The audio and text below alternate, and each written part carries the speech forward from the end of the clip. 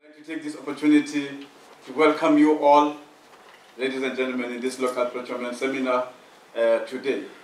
It is our hope as a Commission that we will have a very fruitful discussion under a very interesting topic of interface between local procurement and competition law.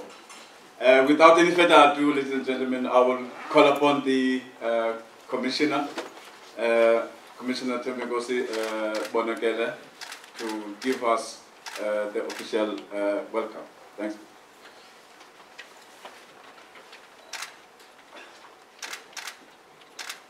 Minister Ebrahim Patel, colleagues from various government departments, representatives of the private sector, management and staff of the Competition Commission. Let me take this opportunity to welcome you all in this hopefully relaxed environment where we can discuss this very important topic. If it was not for some controversies involving the Commission on this topic, I would just call upon the Minister to give the keynote. But I just need to sketch a few things for your thoughts during your deliberations today as well. Minister, when I briefly left the Commission back in 2013, I was called by some officials at the Department of Public Enterprises to facilitate a workshop. And I was available, so I said I would do that. And when I went to the workshop, I quickly realized that it was full of competitors, and I started to suspect that I was asked to come and facilitate a cartel. It turned out that it was some companies in the mining sector, as well as Eskom and Transnet, and were discussing this very same topic. When I heard about it, I was very comfortable and gave participants comfort that I did not see any contraventions of the Competition Act in what they were intending to do. But the Competition Commission had been invited as well, and indeed confirmed that they didn't see any contraventions, but didn't leave without a stern warning to the participants that it will be very vigilant because what they were doing sailed quite close to the wind. So it gave the participants, I would suppose, a cold comfort that they could proceed with this. But I think we've come a long way from there, and I suppose this is one of the reasons why we are here today, because these matters must still be debated. I just have a few points then to contribute. One of them is that as the Competition Authority, we see ourselves as essentially an economic agency. Of course, with some law enforcement powers. And so we don't really see ourselves as a sort of a gun-touting sheriff ready to shoot at the direction where they say there are criminals. Even though in the case of cartels, that may well be what we are called upon to do. But really, as part of the economic management agency, we see ourselves as at the center of some of these transformative initiatives for our economy. And we readily accept that as we do that, there would be tensions between various policy instruments. And what this calls for is collaboration and striking a balance. Because what we believe is that the ultimate goal, as outlined in various economic policy instruments in the country, whether it's the NDP, the New Growth Path, or the National Development Plan, the fundamental issue is about South Africa's growth and development. and inclusivity in that development is now being emphasized. In fact, we've developed our own strategy along those lines, and our vision is that of a growing and inclusive economy. That's the lens through which we look at these matters. And yes, there would be instances where there would be a need for trade-offs between various policy instruments. And we do believe that we are in a position to do that actually much better than many in the public sector, given that we are perhaps a little bit far removed from the political heat for our decisions. There are different drivers of investment for different sectors of the economy. We understand that one of the most fundamental drivers of investment in intermediate and advanced manufacturing is a perception of scale and consistency and quality of national demand for certain products and services.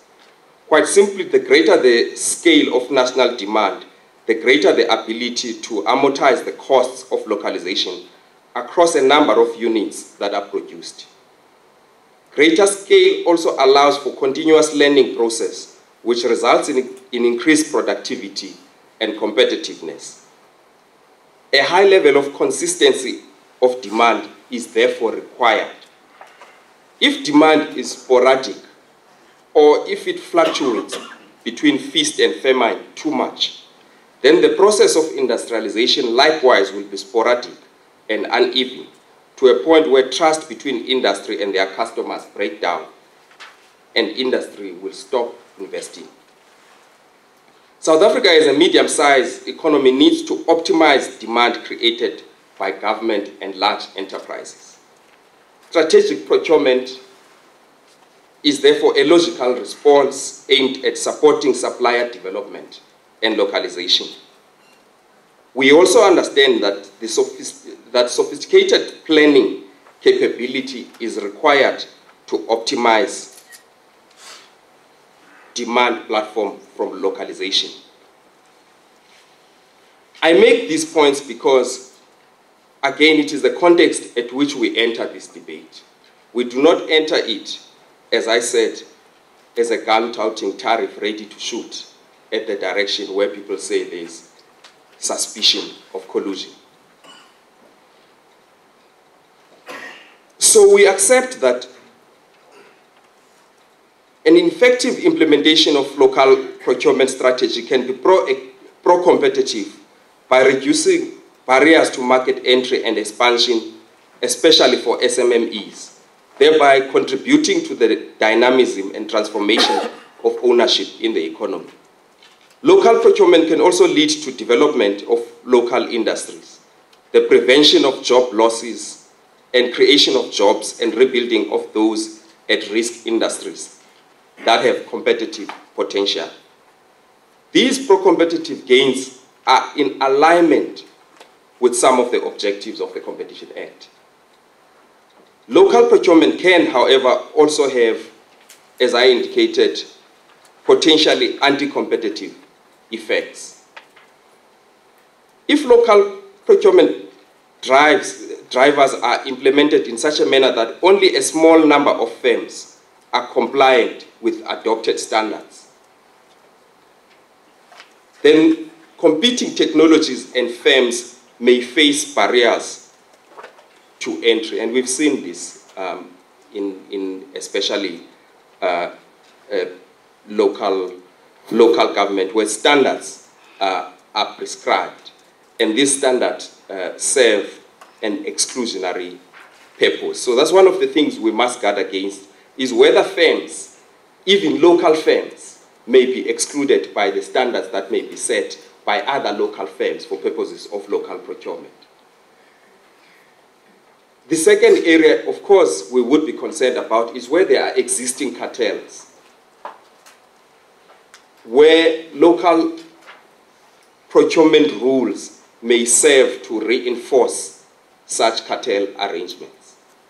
Simply put, if you put together firms who have a history of collusion together and say agree on standards as well as aggregate demands, we understand that there would be a temptation to move beyond those deliberations into discussions around issues like tenders and price fixing. We obviously and naturally will be sensitive about those. The other area which would be of concern to us would be where you have a dominant firm, and what localization would mean is reinforcing that dominance. Again, where you have a history of that dominance being abused, one would need to be very sensitive about that, because these are all some of the unintended consequences that may emanate from this. So, fortunately, I don't have to prescribe what the solutions are to these problems. But I should also say that it's important that we must know exactly what amounts to contraventions of the Competition Act, because a lot of what people have said as objections to participating in processes of this nature and deliberations of this nature, particularly amongst the private sector, in fact, are concerns that do not amount to contraventions of the Competition Act at all. I see no price fixing in them. I see no bid rigging in them. I see no market allocation in them. Instead, I see a legitimate purpose. And that's why you have industry associations in many different countries. People get together around this thing. If industries need to be supplied with certain goods and services, they have to stimulate demands for those goods and services, if only simply for the survival of those industries. So that on its own is certainly not a contravention of the Competition Act. Of course, where these go beyond that, there is also a possibility of joint ventures, and I think this is something that we must also put on the table. There is nothing wrong, there is nothing stopping us from considering legitimate joint ventures to achieve pro-competitive objectives. So that's one of the solutions. Of course, if all of these cannot work, we still have the possibility of exemptions from the Competition Act. And we have, in the past, shown our willingness to look very sympathetically in these, where they serve more of our industrial policy objectives. We've been quite upfront about that, and I can give you many examples as we deliberate during the course of the day. And so I think that we should not enter this debate with assumptions. I think we should remain clear of the objectives that we want to attain. And if there are legislative or even policy impediments, we would appreciate if these may be pointed out. Because whilst we don't believe that there are tensions that are insurmountable, if people are reluctant for whatever reason, we would have to take those concerns and see how we address them, with the policymaker if it's necessary. And that's why I'm very glad today that Minister Patel has made the time to be with us this morning. And I should wish you then good luck in the deliberations for the course of the day. And at this point, I would like to call upon Minister Patel to give us a keynote address.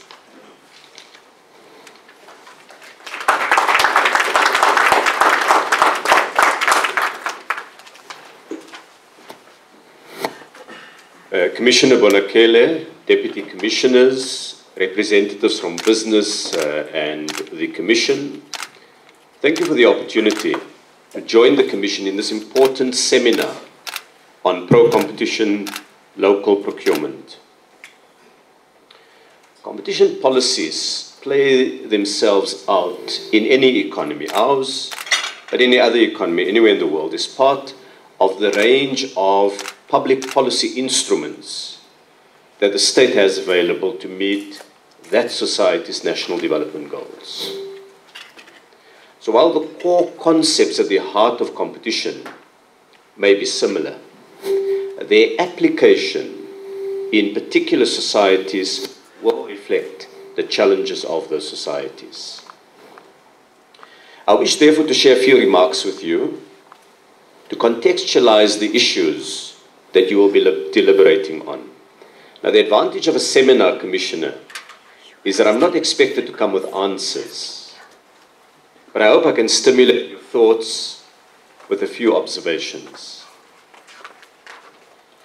So let me start by saying that the fundamental challenge for South Africa is the creation of decent work opportunities through broad-based industrialization that draws in South Africans as entrepreneurs, as inventors, as workers, as managers, and as investors. In that objective statement, I've placed industrialization at the center.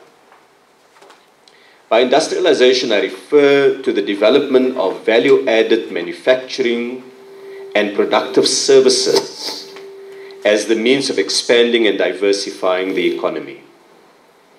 Now, why manufacturing?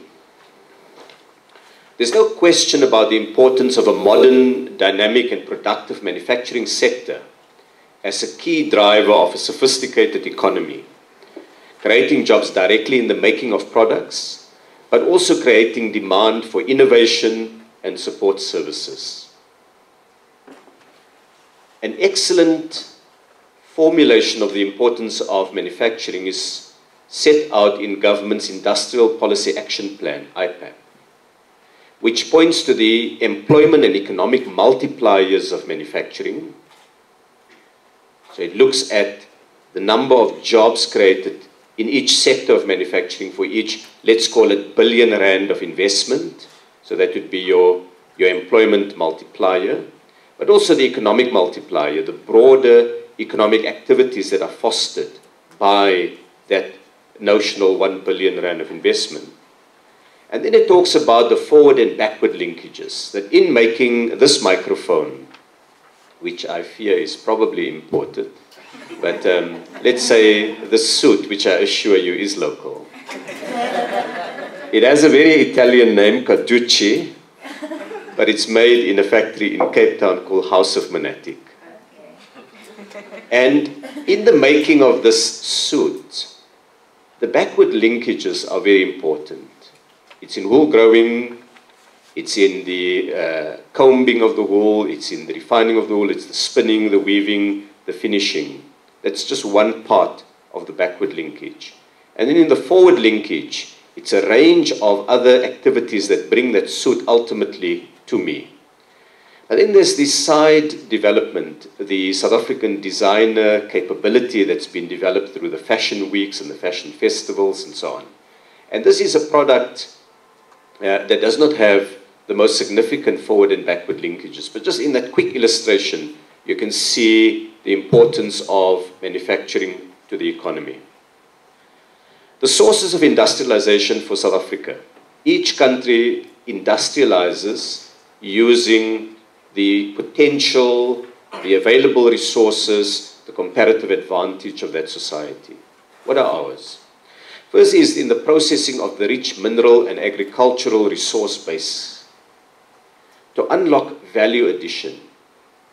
Because the world we live in has price determined principally by the addition of human skill and know-how and technology to raw materials to produce final goods, be they consumer goods or capital goods. It's in that process of taking raw materials and adding value that price escalation, if you like, value addition, takes place. So if you remain a society that mainly digs and grows and survives on that, your capacity to ensure the kind of economy that provides for the people as a whole, that provides rising living standards, is held hostage to commodity cycles and to the fact that extraction is not where main value addition is. Now, in pointing to our mineral resource base, and for that matter agriculture, it's not only in the actual use of the product, it's not only in the processing, let's call it the beneficiation of the mineral. It's also in the side stream activities. Let me give an example. There's a sector of vehicle manufacturing that we call the yellow metal sector. It's these big trucks and earth-moving equipment and bulldozers and so on. And many of you may have seen on the roads a particular iconic one called Bell Equipment. And they compete with Caterpillar and John Deere and so on. Now, Bell Equipment is a South African company. It produces those massive yellow metal products in Richards Bay.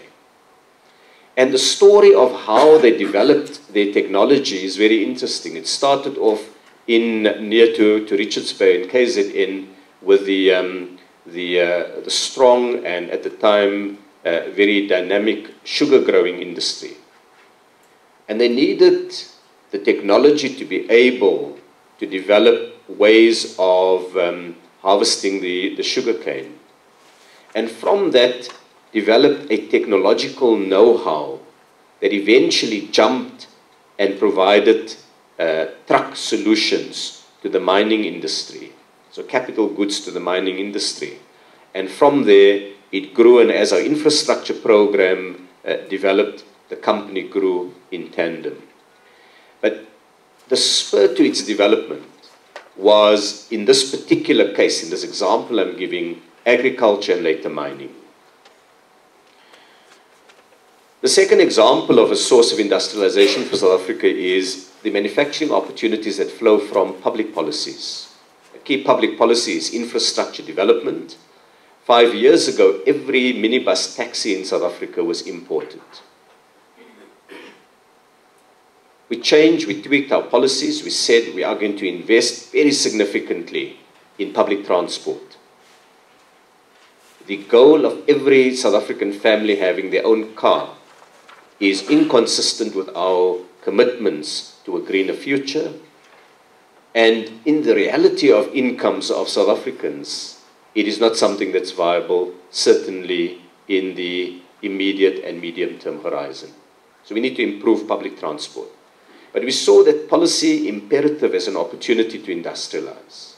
Sat down with Toyota and a company called Beijing Auto Works, and today we have 2 plants, the third one about to be launched, that manufactures minibus taxis. And over the last couple of years, Commissioner, we've produced 31,000 minibus taxis, assembled them locally, and are deepening the local component sector. Now, the point I'm making is the public policy of government, and instead of simply following that public policy without seeing the opportunities for industrialization, we grab those opportunities. Another example is biofuels. If we're going to change the standards for our petrol, and we're going to use biofuels, then with the right policies, we can create a side industry. Instead of importing the stuff from Brazil, we would in fact be able to manufacture it locally. The third and final source for industrialization that I want to refer to, but this is not a closed list, is the domestic and regional market needs. The locational advantage that any company has to meet the needs of local consumers. Successful industrialization needs to take account of global competition. And in the contemporary context, the world we live in, that of China. China changed the rules of the game. In the period from 1979, China's industrialization was faster and larger in scale than any we have seen in industrial history. Bigger in scale than the Industrial Revolution in Europe. And in the process, China rewrote the rules on which any new entrant anywhere in the world would enter markets.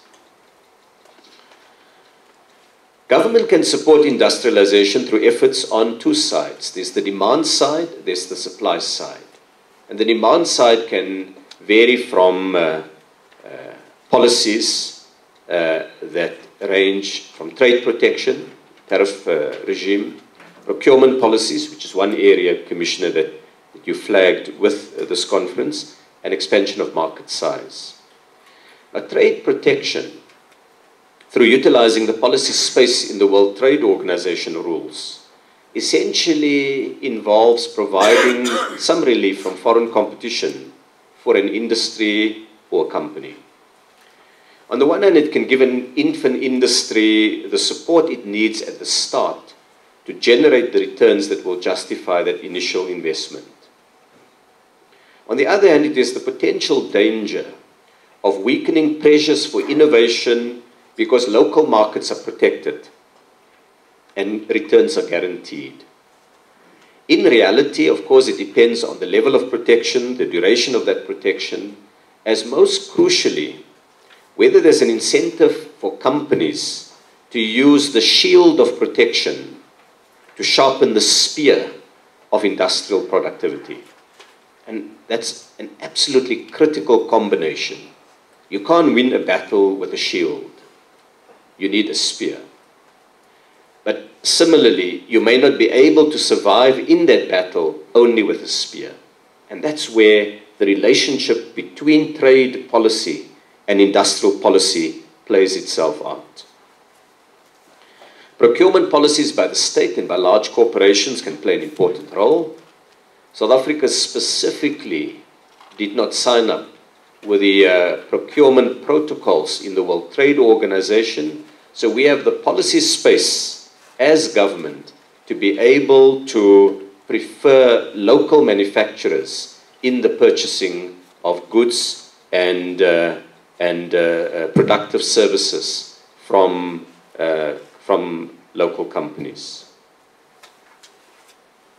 Another driver of demand-led policies is size of market. We are a small market, 52 million people. Compare that with India at 1.5 billion, China of roughly the same size. And you see that because scale is so vital, and you referred to scale in your introductory comments, Commissioner, we've got to change the equation. In the new growth path, we talk of two dimensions to changing that equation. We talk of deepening our market and broadening our market. By deepening our market, we refer here to the policies that combat poverty and inequality and unemployment. When more South Africans earn more, when there are fewer poor people, you effectively expand the size of your market. The number 52 million is not an absolute indicator of market size. In fact, though we have a market of 52 million people, a national market of 52 million people, you will find many economies with significantly fewer people in their country who have much larger markets because the wealth in those societies are deeper, people buy more, they consume more, and they also save more, and hence build the pool of investment. By broadening our market, we talk of essentially the policies that expand the size of, if you like, the economic space that is not constrained by a tariff regime. We've got, in fact, the world's oldest customs union, the Southern African Customs Union, SACU, and we're involved now in discussions to connect three major economic spaces on the African continent that would create a single market of 600 million people stretching from Cape Town to Cairo along the eastern side of the African continent. Now, I've spoken a bit here on the demand-led issues, but supply-side measures are as critical. And with each of these demand issues, there are risks. With procurement, with trade policies, there are risks, and I've pointed to them. On the supply side measures, I talk of things like skills development. It's a supply input into the productive process, measures to stimulate research and development, the associated technology policies, the availability and cost of industrial funding, your regime for small business development. They are all measures that economists call supply-side interventions to improve the performance of an economy. And in addition to these key microeconomic measures, the exchange rate is a critical factor that drives industrialization. The price of a currency defines the competitiveness of domestic products, both in their own markets and in foreign markets where exports are contemplated.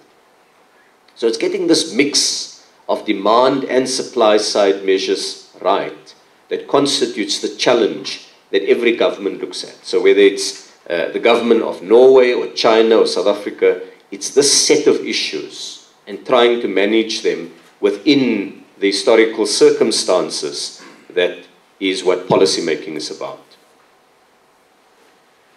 Having said that, government obviously has a key role to play in supply side issues, but so too does the individual investor and in some cases classes of investors.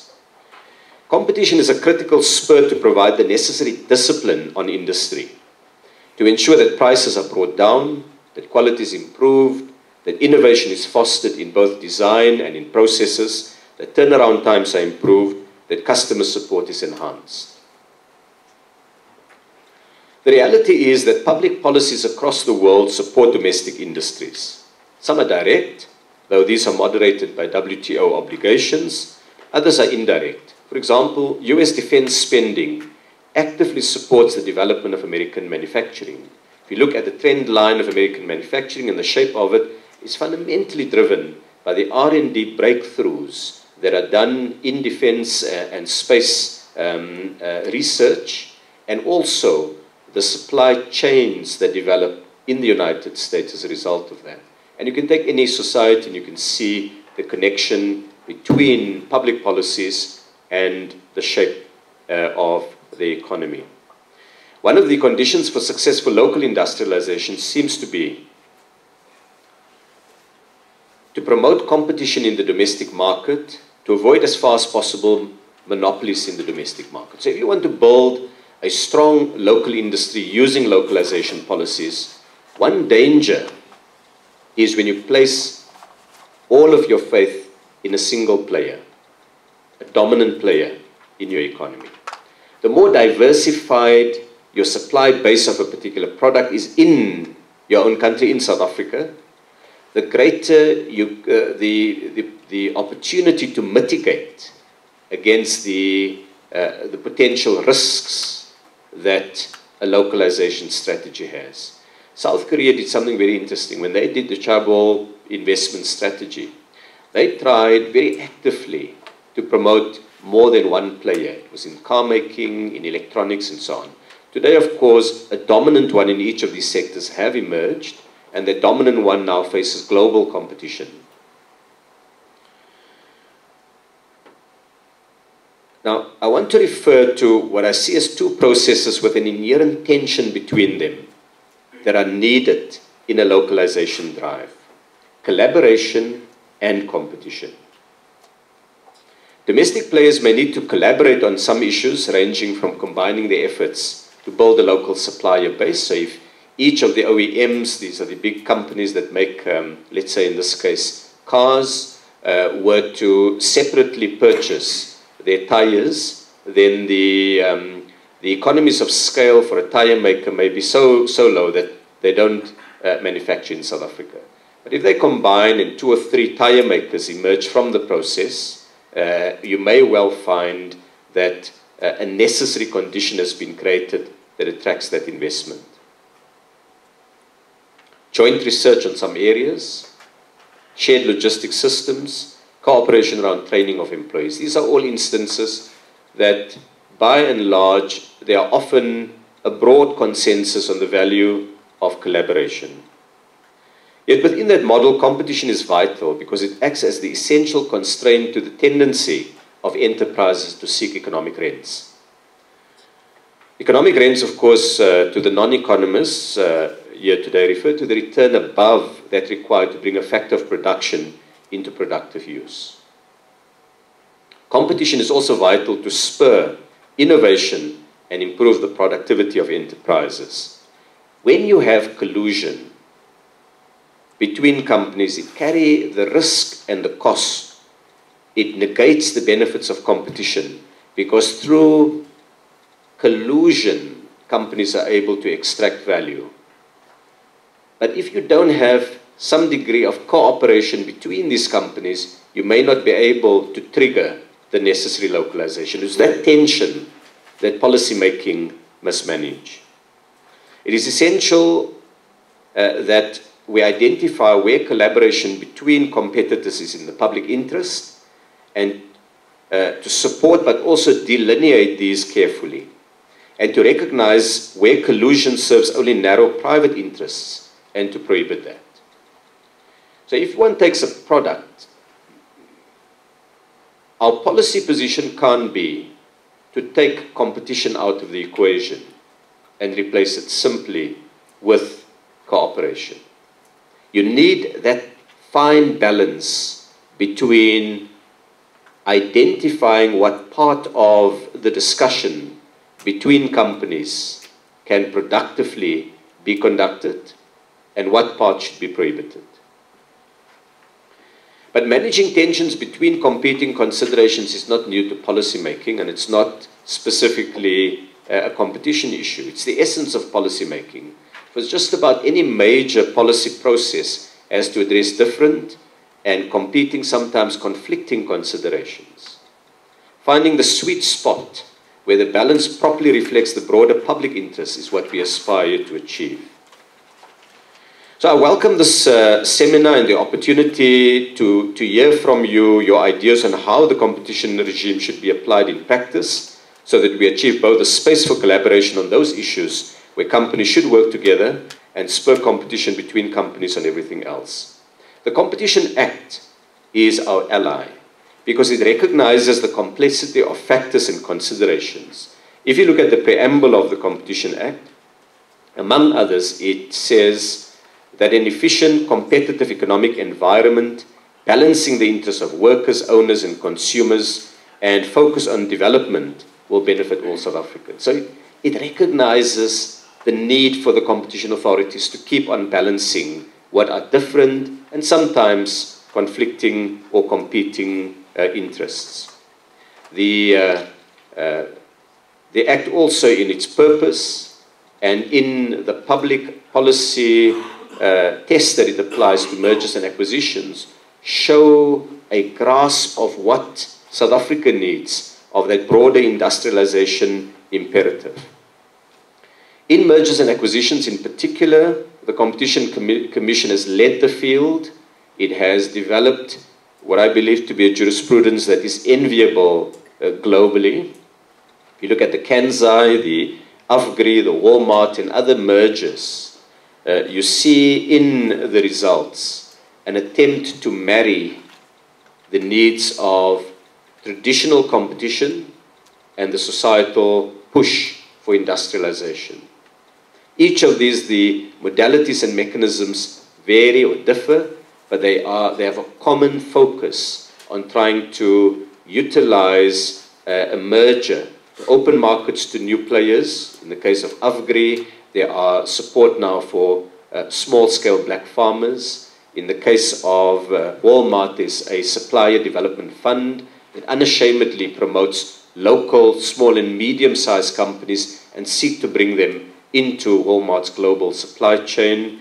In the case of Kansai, they talk about supporting local R&D and maintaining a local presence of the company. In 2008, the Competitive Supply Development Program was launched in Eskom and Transnet to promote investment in a supplier base. So these two public corporations said, alone we can't do it, we need to combine. And they worked on a supplier model that will bring down prices and at the same time decrease imports and enhance security of supply. In 2011, Government and social partners signed a local procurement accord, which provides for joint actions and separate actions to support the development of local industry. And the crucial realization that the state made is that it could not alone, through its own procurement, foster the development of local industries.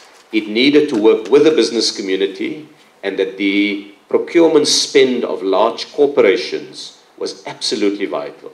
Sometimes to be used in conjunction with the state, and sometimes on its own. A classic example is the public hospitals' procurement of syringes may not be sufficient to ensure a viable and competitive local industry. The volumes may be too low.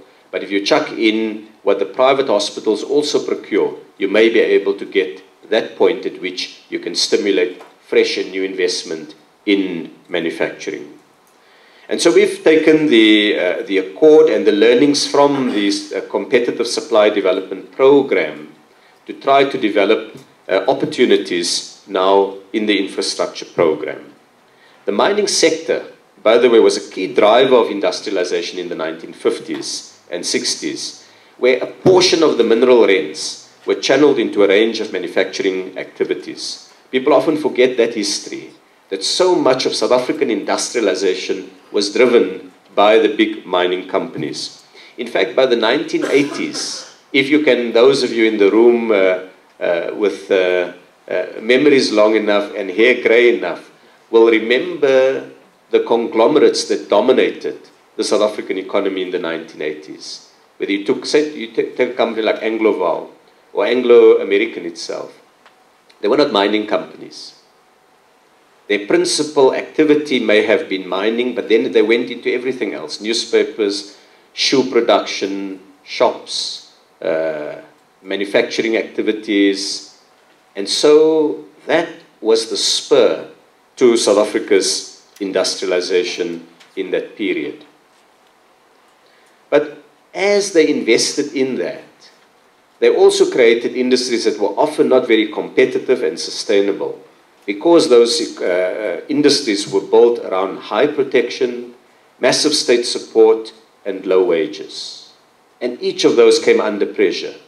The high tariffs came under pressure when the World Trade Organization, or its predecessor, which was a secretariat called GATT, the Generalized Agreement on Tariffs and Trade, began to lower trade protection.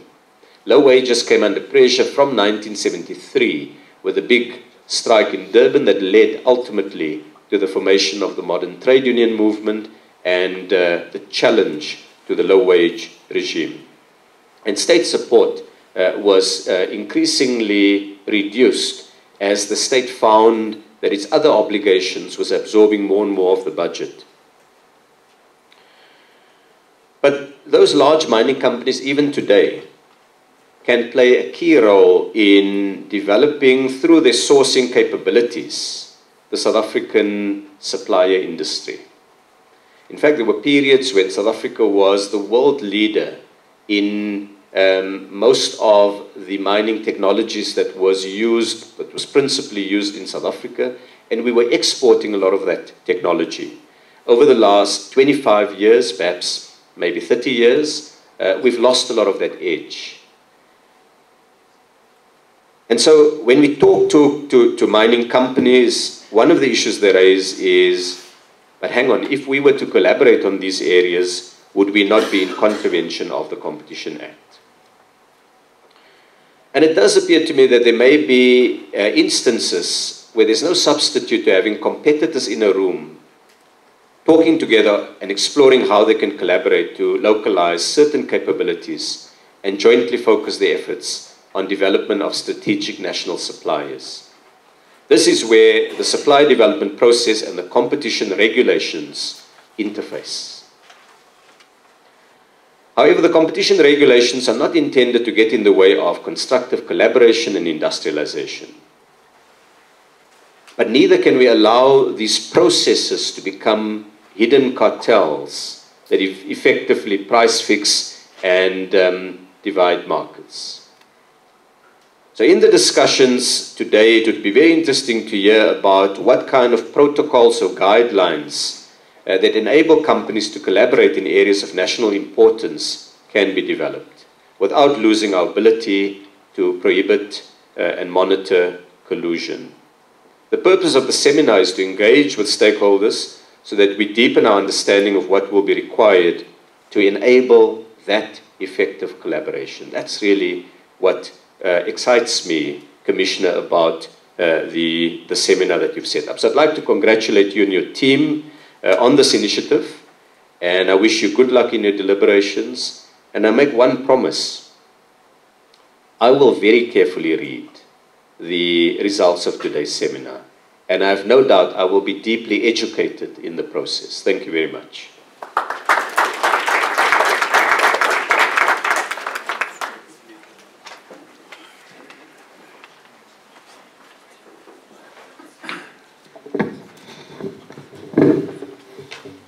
Thank you very much, Minister. I would like to, once again, on behalf of not just the Commission, but all the stakeholders represented here, to thank you for making the time. It's always stimulating to hear your thoughts about how we are moving in developing South Africa's economy. And we readily accept the challenge that we have to balance the tensions in the national interest. I've been told that we are going to move the program slightly forward. We're going to take the tea break now to allow the Minister to also take leave and to allow people to also get to meet one another. There is coffee just as you go outside. So the part of this is to start the collaboration here and now.